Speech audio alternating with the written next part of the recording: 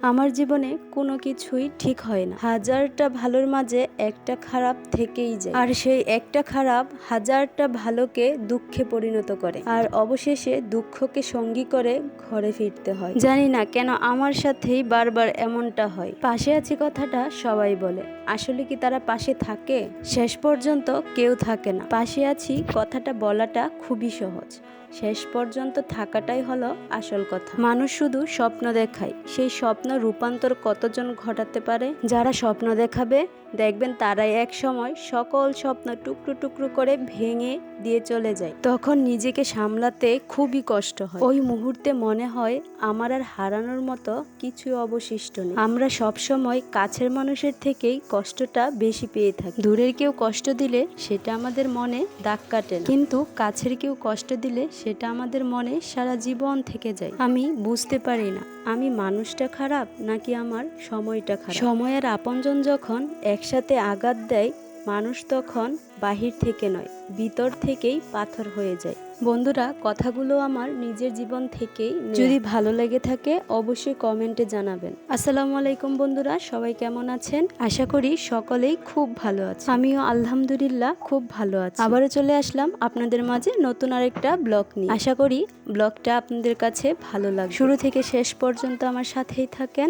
আজকে খুব সকাল সকাল ঘুম থেকে উঠে পড়লাম। ঘুম থেকে উঠেই হাত মুখ ধুয়ে নিলাম, তারপর চলে আসলাম খাওয়া দাওয়া করতে। আজকে সকাল সকালে খেয়ে নিলাম, কারণ খাওয়া দাওয়া শেষ করেই কলেজে যেতে হবে। কলেজে যাব বলেই আজকে খুব সকালে ঘুম থেকে উঠা। আজকে সকাল সকাল ঘুম থেকে উঠেই হালকা একটু ভিডিও করে নিলাম, যাতে আপনাদের সাথে শেয়ার করতে পারি। আর আজকে সকাল সকাল ঘুম থেকে উঠেই দেখি মজাদার কিছু রান্না করা হয়েছে। আর মজাদার রান্নাগুলো হলো কাঁচামরিচের ভর্তা, আলু ভর্তা, আর সবচেয়ে মজাদার জিনিসটা হলো কুমড়ো পাতা দিয়ে চেপার ভর্তা। তিনটা ভর্তাই খুব মজা হয়েছে। তারপর আমি আর আমার ভাই দুইজনে একসাথে বসে খেয়ে নিলাম। বন্ধুরা, আবারও বলি, আপনাদের যদি আমার ব্লগটা ভালো লেগে থাকে তাহলে অবশ্যই কমেন্টে জানাবেন, আর দেখা শেষ হলে একটা লাইক দিয়ে যাবেন। আপনারা একটা লাইক দিলে আমার এই ভিডিওটা আরো কিছু মানুষের কাছে পৌঁছে যাবে। আর যারা আমার চ্যানেলটা এখনো সাবস্ক্রাইব করেন নাই, তারা দয়া করে আমার চ্যানেলটা সাবস্ক্রাইব করে দিবেন। আর যে আপুরা ভাইয়ারা অলরেডি আমার চ্যানেলটা সাবস্ক্রাইব করেছেন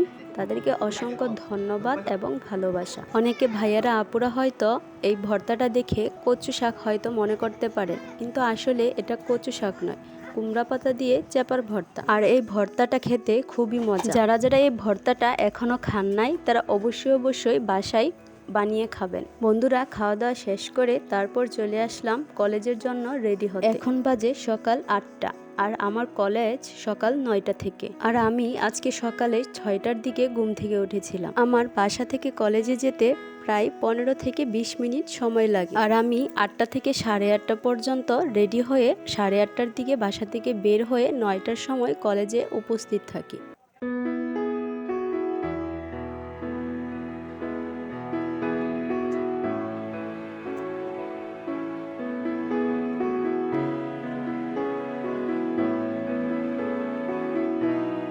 বন্ধুরা, দেখতেই পারছো আমার রেডি হওয়া প্রায় শেষ। এখন বইগুলো গুছিয়ে নিচ্ছি।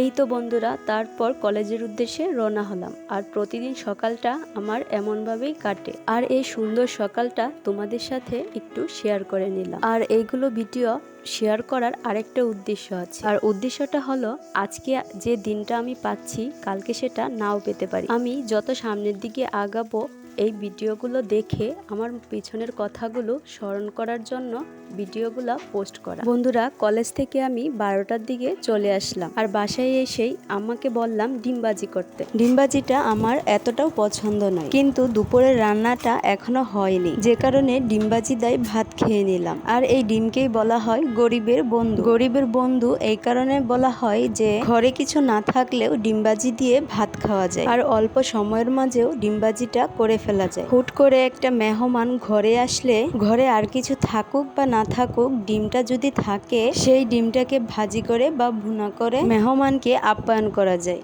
এই কারণে হয়তো ডিমকে গরিবের বন্ধু বলা হয়। বন্ধুরা, খাওয়া দাওয়া শেষ করে চলে আসলাম পাট শাক তুলতে। বন্ধুরা, পাট শাকগুলো এখনো অনেক ছোট, কিন্তু অল্প জায়গাতে অনেক পাট শাক হওয়ায় পাট শাকগুলো বড় হচ্ছে, যে কারণে কিছু পাট শাক তুলে নিচ্ছি। বন্ধুরা, আমি আর আমার আম্মা মিলে দুইজনে পাট শাকগুলো তুলে নিলাম। এই পাট শাকের বাগানটা আমার আম্মাই করেছিল, আর দেখতেই পাচ্ছেন কত সুন্দর হয়েছে। এই পাট শাকগুলো বড় হলে পাট শাকের পাতাগুলো রোদ্রে শুকিয়ে ভেজে খেতে খুবই মজা। এই তো বন্ধুরা, পাট শাকগুলো রান্নাও হয়ে গেল। আর আজকে একটা স্পেশাল রান্না হবে কচি আম দিয়ে মাছের টক। আর এই বছরের প্রথমবার মাছের টক খাবো কচি আম দিয়ে। কচি আম দিয়ে মাছের টক আর ডাল রান্না করলে খুবই ভালো লাগে। আর এদিকে দেখতেই পাচ্ছো বন্ধুরা, মাটির চুলাতে রান্না হচ্ছে। আর আজকের রান্নাটা কিন্তু আমি করিনি, আজকের রান্নাটা আমার আম্মা করেছিল। আম্মা রান্না করছে আর আমি একটু ভিডিও করে নিলাম যাতে আপনাদের সাথে শেয়ার করতে পারি। আর হ্যাঁ, আজকে কিন্তু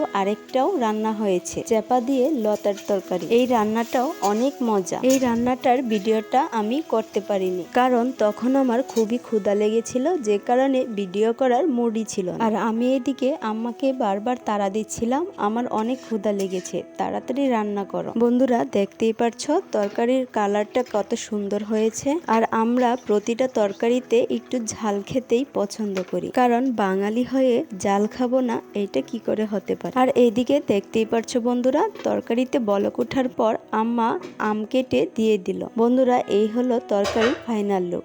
অবশ্যই কমেন্টে জানিও তরকারিটা দেখতে কেমন হয়েছে। আমার মনে হয় তোমাদের তরকারিটা দেখে খেতে মন চাইছে। তোমরা অবশ্যই বাসায় কচি আম দিয়ে মাছের ঝোল করে খেও। এই তো বন্ধুরা, চলে আসলাম দুপুরের খাওয়া দাওয়া নিয়ে। সবাই একসাথে খেতে বসেছিলাম, আর আম্মা ভাতগুলো সবাইকে বেড়ে বেড়ে দিচ্ছিল। আর বন্ধুরা তোমরা মনে করতে পারো বিছানায় কেন খেতে বসলাম। আমরা গ্রামে এক একজন এক এক সময় খেতে বসি, এক একজন এক এক কাজে বিজি থাকে, যে কারণে সবাই একসাথে খেতে বসা হয় না। আর এই কারণেই আমরা ডাইনিং এ বসে খেতে অভ্যস্ত নই। তাই বলে এমন নয় যে আমাদের ডাইনিং টেবিল নেই, ডাইনিং টেবিল অবশ্যই আছে, কিন্তু আমরা গ্রামের মানুষরা বিছানায় বসে হাত পা ছড়িয়ে খেতেই বেশি পছন্দ করি। বন্ধুরা খাবারগুলো এত মজা হয়েছিল যে সবটুকু ভিডিও করার মতো ধৈর্য ছিল না, আর প্রচন্ড খিদাও লেগেছিল, যে কারণে অল্প অল্প ভিডিও করে তোমাদের সাথে শেয়ার করলাম। আর বন্ধুরা সবটুকু ভিডিও দিলে তোমাদের ভালো নাও লাগতে পারে, ভিডিওগুলো অনেক লং হয়ে যাবে, আর সেই কারণে ভিডিওগুলো আমি অল্প অল্প করে কেটে কেটে দেওয়ার চেষ্টা করি। আর বন্ধুরা এখন খেয়ে নিলাম চেপার তরকারি দিয়ে, তারপর খেয়ে নিলাম মাছের টক দিয়ে। বন্ধুরা আজকের ব্লগটা আমার এই পর্যন্তই, পরবর্তী ব্লগের জন্য অপেক্ষা করো। আল্লাহ হাফেজ।